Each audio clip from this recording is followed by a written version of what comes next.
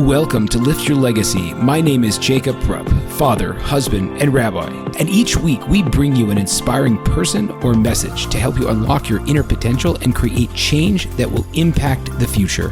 Thank you for listening, and let's get to it. Ladies and gentlemen, I'm thrilled to have on the show today David Smith, who is a prominent attorney in New York City and also an all-around unbelievable person. Frankly, the conversation we have, which sort of goes in between business and life and Judaism and spirituality and mindset, it's really all-encompassing. But the one main thing that I want everyone to pay attention to is how Judaism and how spirituality really helps encapsulate and bring together all kinds of principles that's really tools for life, in the sense that the depth of our spirituality helps us not just do better in the spiritual sense, but in the life sense as well. And I think that there are a lot of very practical takeaways, ways to structure our thinking, ways to structure our businesses, and I am thrilled to have on the show today David Smith. Well, ladies and gentlemen, this podcast has been brought to you by me, Jacob Rupp, and Jacob Rupp's Consulting, technically Lift Your Legacy. Now, I have to be honest, I help clients often get out of their own way. And something that has really held me up was exactly the same thing, that I was in my own way. For months, people have been saying, talk about your coaching, talk about how you help people, share it, etc. And I had a really hard time putting it out there. Why? Because it's not that I don't think I do a great job. I've seen amazing results from my clients, 10x, even more than that. Businesses, fixed relationships, helped people lose a lot of weight. People go on the path of making goals and fulfilling their goals. All of these things, I know I do it. And I've been in the coaching space long enough to know that there's a lot of people that don't really deliver. And the ones that do really deliver are worth literally their weight in gold, because so often we're held back by stuff. And it's just like, if only I could get over that, if only I could work through that. And I help people do that. But for me, my big holdup was sharing that I do this in a big way, in a public way, especially on the podcast, because it's awkward. I don't want people to think, I'm just making the podcast to sell you stuff or to talk about stuff. So that's not what I'm doing. My point is like this. My coaching business is expanding. I'm taking on a few more clients. If you are someone that is struggling in the area of self-esteem, goal setting, health, relationships, or your business, really, reach out. I don't know if we're a good fit to work with each other. What I can guarantee you is that we'll get on the phone for a half an hour. I'll hear the kind of challenges you're having. You'll get a good feel, if you don't know me yet, of the kind of work I do, kind of program I would recommend for you. And if it's a great fit, we'll move forward. And if not, not. But I wanted to appreciate very much from the bottom of my heart the fact that you guys all listen. I appreciate the amazing guests that I have. And I'm really thrilled to have broken through in my own life to the point where I could actually devote a segment to really make a somewhat long-winded, but I think very important advertisement. So if you want to reach out to me, the email is rabbi, R-A-B-B-I, Rupp @gmail.com. And the website is liftyourlegacy.live, and at lift_your_legacy on Instagram. I think it's pretty simple. You know where to find me because you found the podcast. Thank you so much. David Smith, thank you so much for joining me. You are, besides an unbelievable father of 9, you are a successful attorney living in Passaic, but working out of New York.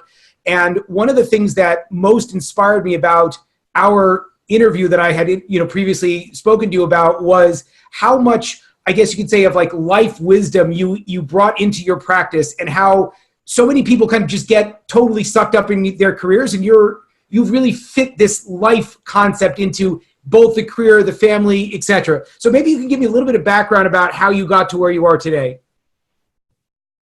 Well, it's good to be here, Jacob, and it's a great question. I think that talk about life wisdom. Life wisdom is something that every human being has. And any wisdom or experience that I have, or when I say wisdom, I mean some of that's really built into us, into our very fabric of our existence, is God's gift to us, something that every person has. I don't think that my wisdom it's definitely not greater than anyone else's. I think the difference is being able to identify what it is that wisdom is telling us, because the wisdom is always speaking to us, and being able to stick to that. So I know that when I was in college, when I was in law school, I had the opportunity to make a choice. Do I want to go work in a firm where, the type of work life that's the entire life that people are making a choice to be part of, or making family a priority? So that's something that I consciously chose to go in a certain direction. And the results are that there's a different outcome. So I don't know that I've done anything special other than listening to what that voice is, and then really deciding, are the messages that I'm hearing from outside of me, are they something I want to go along with? Because there's a lot of pressure throughout life. You have to have a certain degree, you have to get a certain job, you have to do certain things, and people take that for granted. I can't tell you how many times when you talk to somebody and say, hey, why don't you do things differently? But I can't. This is the way the rules are. This is the way things are set up to go. And people find it very hard to realize that those are just someone else's ideas. So that leads to a really fascinating question. Did you grow up in an Orthodox family? I grew up in a modern Orthodox family. Okay, so tell me a little bit about your religious process, because if somebody looks at you, sees your wonderful beard, sees your yarmulke, I don't think that Orthodox Jews are known for being the most, having the most, broad, spectrum of opportunities. So what was your religious upbringing like? What made you kind of want to grow and change slightly, and why? Oh, that's a good question.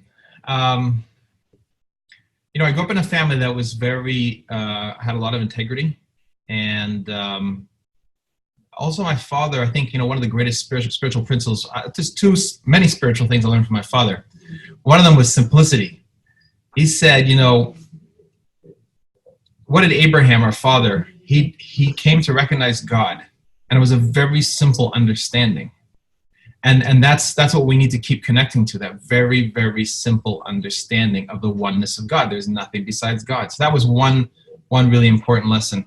The other important spiritual principle was the ability to make our own path in life, that it's really, we don't have to do what everyone else is doing. So I remember my father was now passed on, but he would not let a television in the house. And it was not from a religious conviction, but it was really from a conviction that he wanted to be able to determine what input was going into his brain and not surrender his brain to another person who decided what he wants to, put on a TV show or onto a movie. And so I remember as a kid always protesting that, Dad, why can't we get TV? We'll watch National Geographic specials. And at that time, I didn't realize how National Geographic specials all had a political or their own agenda. But it seemed very sweet and innocuous. And so he, of course, didn't give in to that. And that was really a tremendous spiritual lesson, that whatever path we're choosing, the real job of a parent, the real job of each one of us is to develop a spiritual compass, to be able to transmit that spiritual compass to our children. What do you mean by spiritual compass? It means a direction. It means a awareness of something. And I'm not defining, for the purposes, I'm not defining it. Whatever the individual, their spiritual compass is, be able to define it and be able to feel their sense of grounding in it, and then speak about that to their family and to their children. And then that is what the children become grounded in. So the grounding was, it's very interesting that my father didn't cite the Code of Jewish Law and saying, we don't get affected. The first law in the Code of Jewish Law is we're not affected by those that mock us. So that applies across the board. So, my father drove a 1966 Dodge convertible. Nice. He just felt that's what he wanted to do. And everyone else was driving late model cars and fancy cars and stuff like that. And he just did not give into that. And then he did not give into the television. I remember when, he thought Cabbage Patch dolls, I don't remember what those were. He thought they were really ugly. And he just refused to buy it from my sister, because it's like, this is an ugly thing. Just because all your friends has it doesn't mean it somehow became attractive. So it was a spiritual principle of being able to know who we are. and being able to carry that. I always think to myself, and I always share this when I can, that the most important thing is if you know who you are and just follow through with that.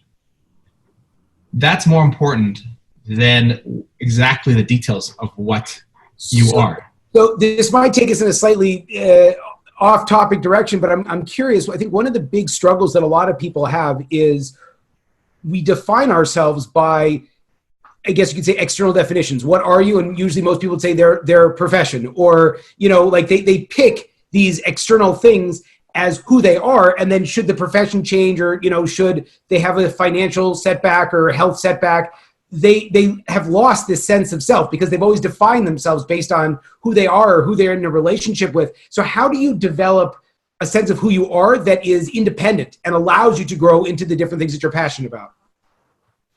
I think it's just listening to yourself. And sometimes you need, sometimes I need to talk to someone to make sure I'm on the right track, or, get that reinforcement that to stick with what I believe. But I'll just give you a simple example. So I sent my kids to a very fine Orthodox Jewish school, private school, and everyone who sends their kids to a private Jewish school is obviously paying the money for that. They're spending the time on that, and there's a certain, parents tend to surrender their supervision over their children's education because the school knows what they're doing, right? So in this school, in the girls, for some reason, only in the girls, they teach them Shakespeare.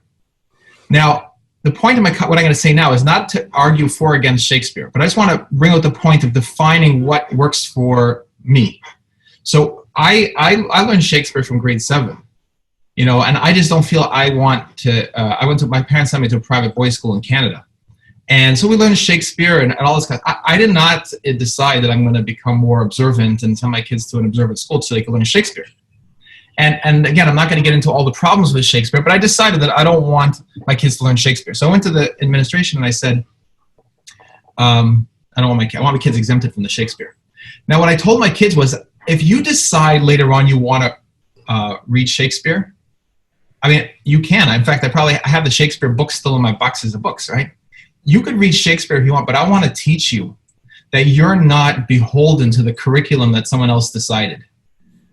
You're not beholden to go and show up in class and listen to whatever someone wants to feed you. You get a choice, and that's your choice. And I'm teaching you to make that choice. And you may make different choices than me later on, but I'm giving you an example of how to make those choices, even to the extent of exempting you from the official curriculum.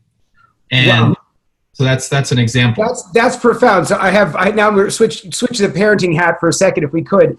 Question number one would be, I guess, what would you do should one of your children, there are you become more observant, and I think that one of the amazing components of just being able to objectively look at things is realize, like, something that is cultured, for example, like Shakespeare, he's still a person with his own agendas. The plays reflect certain themes which might or might not be true, or things that we want to bring our kids up with. But what if your kids would take offense or want to be exempt from some of the things that you think are fundamentally important, religious ideologies, etc.? So how would you balance that? You don't have to listen to the program, but these are still important principles that you have to pay attention to. Well, that's a great question, and thank God I don't have experience in that particular question. So, how old are your kids, by the way? My oldest is 18. Okay, great. So, how would you deal with that theoretically? Well, I think that ultimately every person, if we're going to respect every human being for what they are, which is that we're all created in God's image, so we all have the choice. The beauty of our lives comes from our choice. So when you have a youngster, I don't give my child a choice whether or not they're going to eat. And I don't give my child a choice whether or not and I teach my children, thank God for the beneficence that he's given us. If a child, I would say, this is all speaking theoretically, but I mean, I think part of parenting is to recognize that each child is going to sail on a ship their own.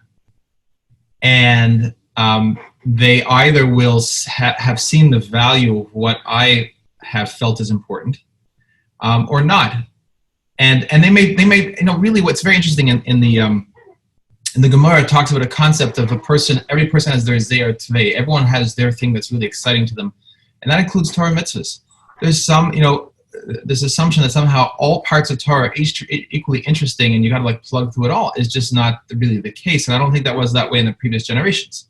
So some people are not really careful and it doesn't really resonate with them, particular ideas, particular emphases, or particular practices. That's not really the thing that they either they choose not to do it or they don't do it with they're not really fully invested in it because it just doesn't speak to them.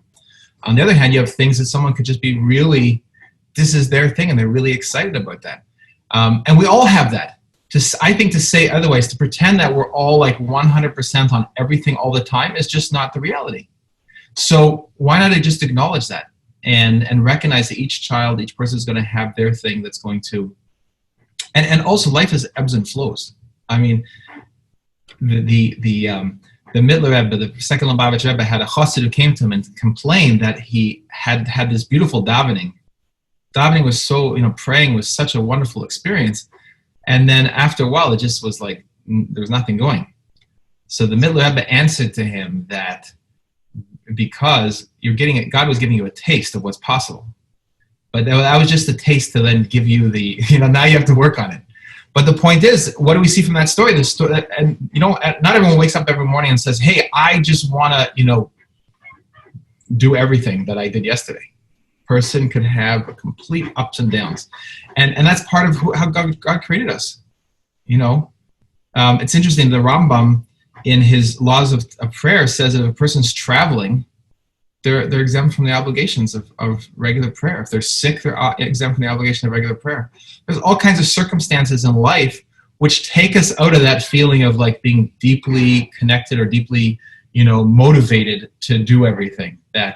Because the point I want to bring it is that all our activities, everything that we call a mitzvah, is something that's coming from the fact that we're alive. It's really, instead of being driven by a book, it's meant to be driven by the fact that we're alive, and that's represented by the fact that the code of Jewish law is called the way of life. And you say, if you just live life as a normal, decent person, all these things will automatically flow.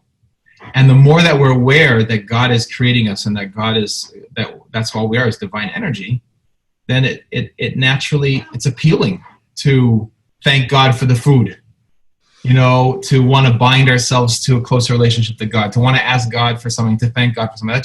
That's a flow from who we really are. And really every human being has an obligation to pray. What does it mean, an obligation to pray? It's not something that's forced upon us. It just means it comes naturally. Like, I have an obligation to breathe. And I want to thank the source of that breath. Meaning that, thank you, that was fantastic. Meaning that if a child, for example, doesn't feel it, it's not so simple for the parents to say it's the school's fault or it's the child's fault, but it could be that the parent themselves do not have a healthy relationship with the religion where, like you said, like where they're viewing it as oppressive or negative, and they aren't in their own flow where this is kind of a natural outgrowth of who they are and that it's beneficial. That's what I'm hearing. It's like that it has to sit well with you as the parent, first of all, for it to sit well with the kids, and that is an ebb and a flow. Yes, it's an ebb and flow, and every child is different now. You have a child that takes things very seriously, and a child who's they're not taking things seriously, but they let everything just goes like, they have their own flow, and it's just amazing to watch. So I have to ask myself, I feel that whatever I see in my kids is really a reflection of me, just with a big magnifying glass, and, it's like, which parts am I too uptight about, and which parts am I, do I need to really just be more loving and more going with the flow? That's really what life is not meant to be a stressful experience. And if the process, I don't think anybody if you ever need to make a billboard, that's your billboard. You want to hang outside of your office. Right. That's amazing. And that's, if we're approaching anything, I mentioned to you about the three principles, and one of my teachers, Dr. Bill Pettit.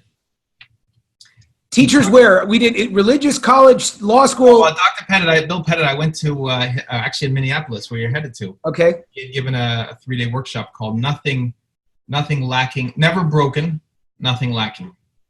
And one of the things that he talks about is that whenever we feel that stress, the pressure inside of us, the distress, those are like rumble strips on the side of the road. Life is meant to be just like you're cruising down 55, 65, 70, whatever that speed is, when the road, everything's just like really smooth on the highway and the engine is just like in that perfect groove. That's life. That is life. And that's the way God designed it. When we start feeling differently, those are the rumble strips. That's to let us know that we're using our divine power of thought in a way that's hurting us. So it's a warning sign. When the stomach is feeling stressed, when we get fear, when we're feeling anxious, when we start getting medical conditions, those are all gifts from God to let us know. Just like you're driving along and then you're like, you feel the rumble strips. You don't start complaining about the engineer of the road and the guys that build the road. You're like, oh, thank God they put the rumble strips there to let me know I got to get back on track. So that's the same thing with all these difficulties. When our income is not working out right, when our shalom bias is not working right, when things are not going the way we want, and more particularly, those are the externalities. But when the internal world is feeling anything other than that smooth place, that means we're hitting the rumble strips. And those are wake-up calls. So how do you with that concept, obviously you went to law school, you built a successful practice, obviously you weren't cruising on easy street. And I think that when you say something like that, we have a tendency to want to fall into complacency. I mean, I'm just hearing what you're saying. How do you combine that with working really hard and trying to go after the things that you want, as opposed to saying, well, maybe I should try to become a little bit more complacent? Well, Jacob, that's a great question, but it's coming from a whole bunch of thoughts that we have about how we need to work hard to get something. Can you just do the 3 principles first before we go into that? Because I love that. That's great. Go for it. Tell me. Well, if we want to go back to what the 3 principles are. Yes, please. Give a little bit of a background about what it is. Okay, sure. So the way I understand 3 principles, and I encourage you to listen to more Sydney Banks. Sydney Banks was a very simple Scottish welder who lived in British Columbia. And he just had this realization that he would say all wise people in previous generations had this realization also. But just recognizing that all life, there's only 3 principles of life. There's 3, that apply in all circumstances, all situations. There's divine mind, which is the divine intelligence that is all things and through all things and beyond all things. We could call that God. There's divine consciousness, which is our awareness of God and of our own existence. And there's divine thought. Thought is the thoughts, that the power of thought that comes into our head. We have thoughts, a constant flow, a constant stream of thoughts. But we don't have any experience of existence other than through these 3 divine principles. So anything that you're experiencing right now, or I'm experiencing right now, is through thought. If I'm hungry, I'm having a thought that I'm hungry. If I'm having a thought that I'm enjoying this conversation with you, I might be having a thought, I wonder if you're enjoying this I can have thinking about what you're thinking, but it's all my thought. And if we pay attention, we'll see that some thoughts, we have a really good feeling when we have those thoughts, and other thoughts just bring an immediate rush of stress. And so there's that flow of thoughts. Now we can't. You would say, and this is something that I speak to clients a lot about it, because I had to deal with so much of this in my own life. A lot of times people say, well, but this is actually true. I am having this kind of a problem in my personal life. That's true. And we push back and we say, well, it might or might be you're having the thought, that's for sure. And that thought that this is a stressful thing, just like you're saying, if that doesn't sit well with you, maybe you should change the thought about it. How do you deal with that kind of a concept that, especially in the Western world, we are so conditioned to thinking that our thoughts are reality? Well, we need to learn how our minds are, how our minds work, how our thought works, and not use it against ourselves. Because most of the time we're using it against ourselves. And we cannot control what thoughts come into our heads. There's a constant stream of thought. But we can choose which ones we're going to take seriously. And we have, basically, there's 2 types of thoughts. there's insecure thoughts, and there's secure thoughts. And insecure thoughts, I mean, I can see the smile on your face. We all know what an insecure thought is. Is my tie done okay? You know, how do you like the wall behind me? You know, those are all insecure thoughts. Because you're looking for someone else to justify your existence, so to speak. Well, that's one form of insecure thoughts. Right. You know, I'm not good enough. I'm not going to be good enough. Things are not good enough. There's that imposter syndrome concept, right? I don't deserve to be here. But those are all thoughts. It's not a syndrome. It's just a thought. Right. At the end of the day, that's all it is a thought. And the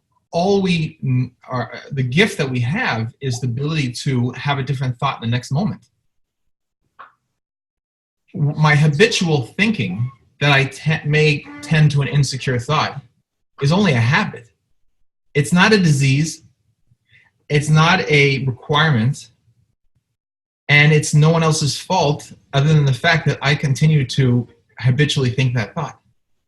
And when I can make that choice to realize what it is, and I don't even have to change my thinking. I mean, I could, but I also, because I have a choice. But I'm saying, if I just let that thought go, another thought is coming right behind that thought. And, we can be in a very state of distress, and the next minute where everything's fine. Why? Because we had different thoughts. So that's really the gift of this understanding, is to recognize that whenever I feel those rumble strips, it's because I'm taking seriously an insecure thought. Will we make payroll? We want to increase double the size of our business. Will we have enough clients? These are all insecure thoughts, and there's an infinite number of combinations. But here's the key, Jacob. The content of the thoughts is completely irrelevant. Say that again. The content of the thoughts is completely irrelevant. Okay. It doesn't matter what type of insecure thought you're having. It's just that it's an insecure thought. That's all we need to realize. What happens is we get caught up in the content of the thought. We start saying, oh my gosh, it looks for real. Like I have a business this size, I want to double it, and I don't have the clients to double it. Well, that's real, but that's irrelevant. The only thing that matters is that I'm having an insecure thought. And if we can come back to recognizing the content is irrelevant. The fact that someone said something to me and I'm feeling bothered by that, the content of what they said is irrelevant. All that matters is I'm feeling insecure. So one question that I kind of comes up is, you came from it sounds like a great home with strong values that you were able to really bring into your life. You are aware of all of these great other wisdoms that are very universal, that lots of people know, that, about, like the three principles, etc. You went to law school, you built a career. Why Hasidic Judaism? Like, what about that spoke to you? What were you looking for that answered? Or what about this practice is so life-giving for you? So that's a great question. I love it. I think that there's a couple. How would I answer that question? My parents, thank God, they did the best that they knew, and they always felt that anyone more religious than them was just off the charts. Of course, I think most people think that way. Right. We're all right, and everyone else is wrong. Right. Just the degree how wrong they are. So, my parents, was very important for them that I stay Jewish and I keep Jewish tradition. And in fact, when they sent me to University of California, Berkeley, that's how I ended up in Chabad, because they wanted me to live in the Chabad house. They figured I wouldn't keep Shabbos and kosher in the dormitory, and it'd be better to be in a Chabad house. But they said that's condition number one, and the second condition is you can't become Lubavitcher. yourself. So what I saw there was just the love, the warmth, and the joy. And those were things that also for me, it was very much like it was when I came into Chabad in Berkeley. It was like, oh, these are the missing details that I didn't learn before. Like, it just didn't, for me, it was like a natural extension of something. Oh, this is what we're supposed to do. These are the additional things. Like, I already put on tefillin, I already kept Shabbos, I already kept kosher, but I just filled out the picture for me. So that was really hopeful. And I think that also in terms of Hasidus, I think that the Lubavitcher Rebbe, like all his predecessors, it's really the Rebbe is really a continuation of thousands of years, and in particular the 9 generations since the Baal Shem Tov and the 7 generations since the founder of Chabad. The constant vision of hope, the constant vision of what a person really is, the innate health of a person, that the person is truly, all he really is his soul, and there's some superficial difficulties that he may be thinking that he has. But when you listen to the Rebbe speak to people, he does not relate to any of their difficulties. Not that he doesn't have compassion for them, but he sees that all these difficulties are really just, they're one thought away from a solution. And he's showing them how they can just go past that. And it's really remarkable because we're talking before about the rules. So if a person would go to a doctor, and the doctor would say that this diagnosis, and this is the prognosis, and this is the consequence, and there's no way out kind of thing. And they'd come to the Rebbe, and the Rebbe would just wave away with his hand. So was the Rebbe waving away the disease with his hand? Well, the way I understand it is the Rebbe was waving away the person's thinking about how they're limited by what the doctor had said. Just because the doctor said that, you do not have to relate. I'm showing you, just wave that away. Do not surrender your own divinity to the thoughts of another man. Because that's all it is. When a doctor looks at the data and he says, this is the prognosis, this is the condition, it's just his thoughts about data maybe it's based on his experience, but it's irrelevant to this particular individual. So the Rebbe is telling you, no, let's wave that away. Don't get stuck in that box. And that's where we started in this conversation. Getting stuck in the box that the only way to earn a living is to work harder, is to go to work, you have to sacrifice family. You have to, why is there such a thing as a work-life balance? That sounds like there's a struggle between the two. Why does there have to be a struggle? And if you read the Rebbe explanation of how we're supposed to use our time, he says very simply. First of all, he says that talking about Egypt, when we think we have to work harder, that's Egypt. That's being subjugated. But he says, first you start, how many hours do you have to sleep? 7, 6, 9, whatever it is, whatever you need. Okay, that's taken care of. Now, what do you need to take care of your wife and kids? Okay, that's off the charts.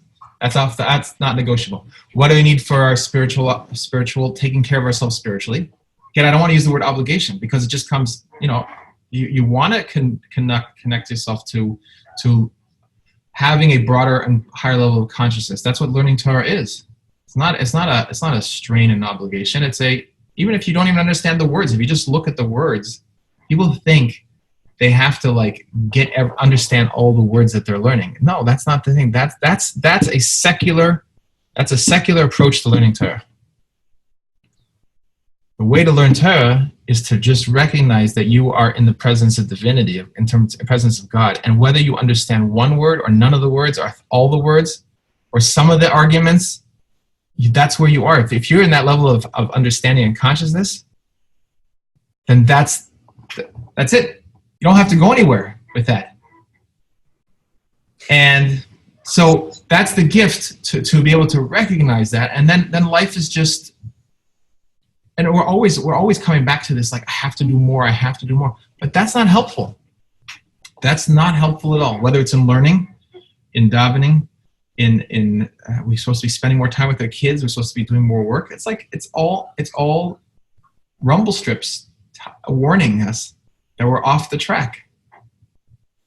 I want to be cognizant of your time, so I'm going to ask one more question, but maybe we'll circle back because this was so fantastic. I really appreciate this. I know I'm going to rewatch this a couple of times, and I already know the couple of people I'm going to send this to before it even goes live. But Berkeley's a beautiful place. Obviously a very a storied place of a lot of idealism, a lot of activism, a lot of, California in general is very exciting as a lifelong Californian.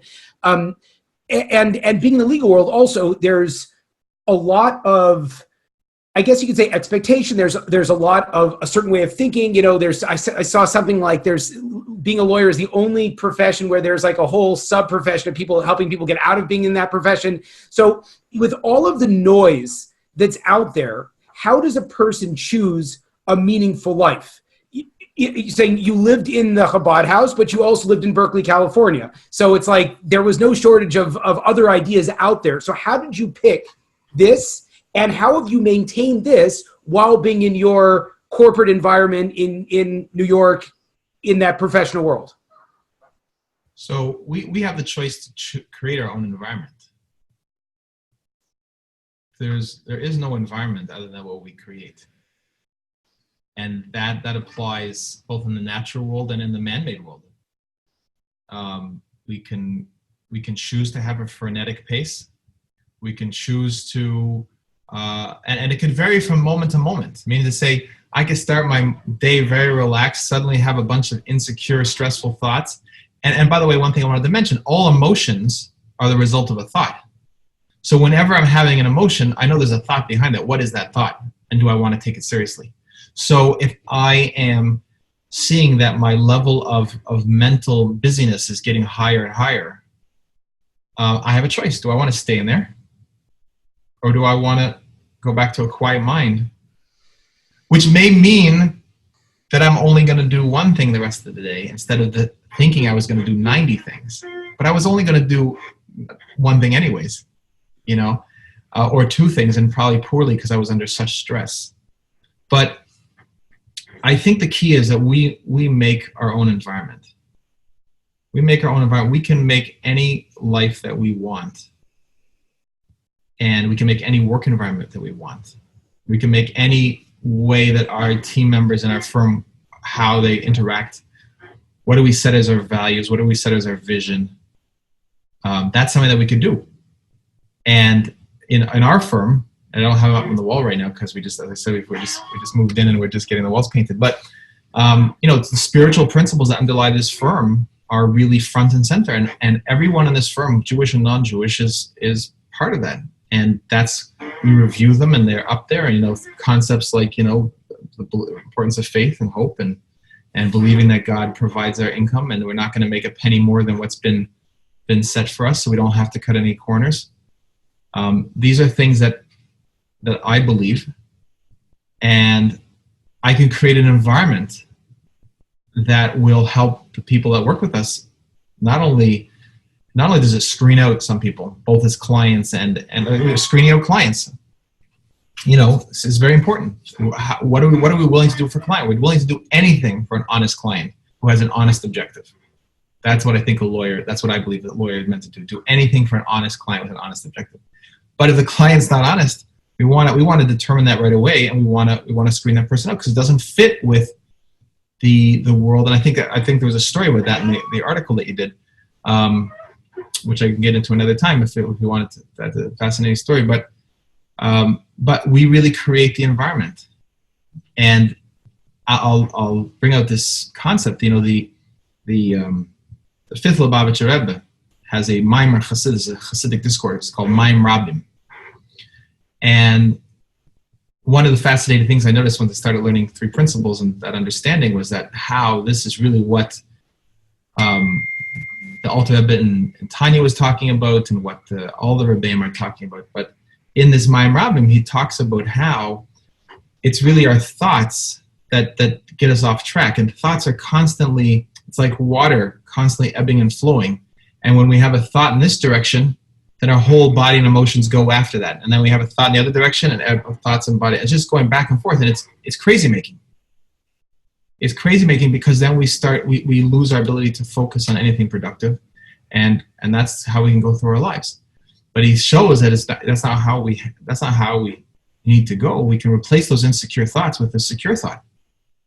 And when we have a secure thought, then whatever I decide is the right thing to do for my business is the right thing to do, because people will see that I'm not making my determination based on an outside someone else's thinking, or my thinking about someone else's thinking, but I'm making my choices based on my best understanding of what divine wisdom is telling me. That's beautiful. David, please tell us a little bit more about how we can find out more about you, about your firm, the kind of people you would like to work with, ideal clients. Give us more. So thanks for asking. So my website is edslaw.net, and you can read about the firm there. We also have a link to your article. Thank you. Maybe we'll have this YouTube video when it's done. I hope so.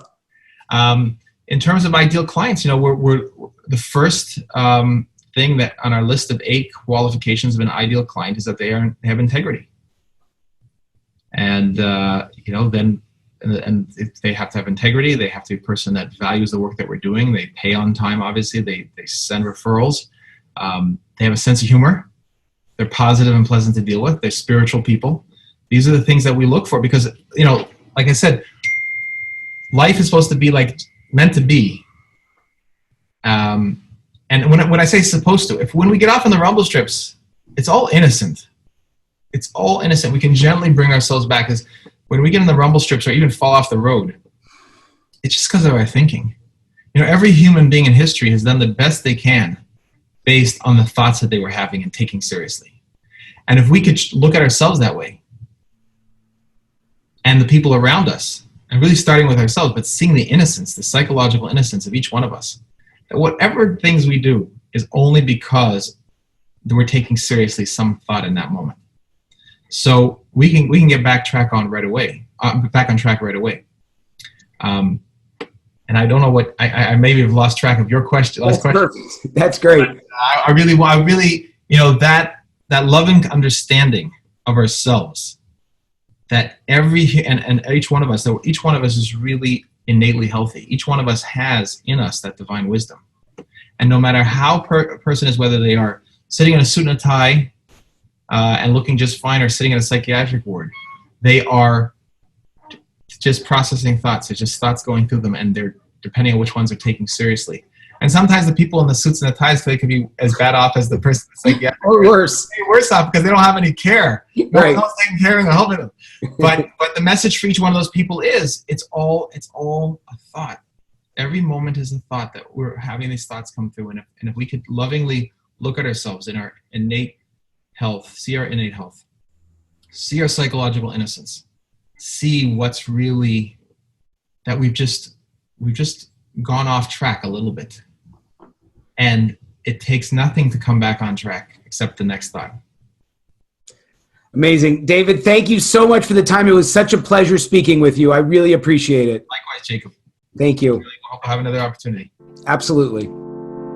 There you have it, folks, another inspiring episode. If you enjoyed this, I ask you to please share this with your friends and to like us over on Rabbi Rupp through Facebook or on YouTube. And the more that we're able to get these important messages out, the more that we can really make an impact in the world. So I encourage you, please, to stay tuned. We have a ton of amazing speakers coming up, and also to tell your friends about it. Thank you very much.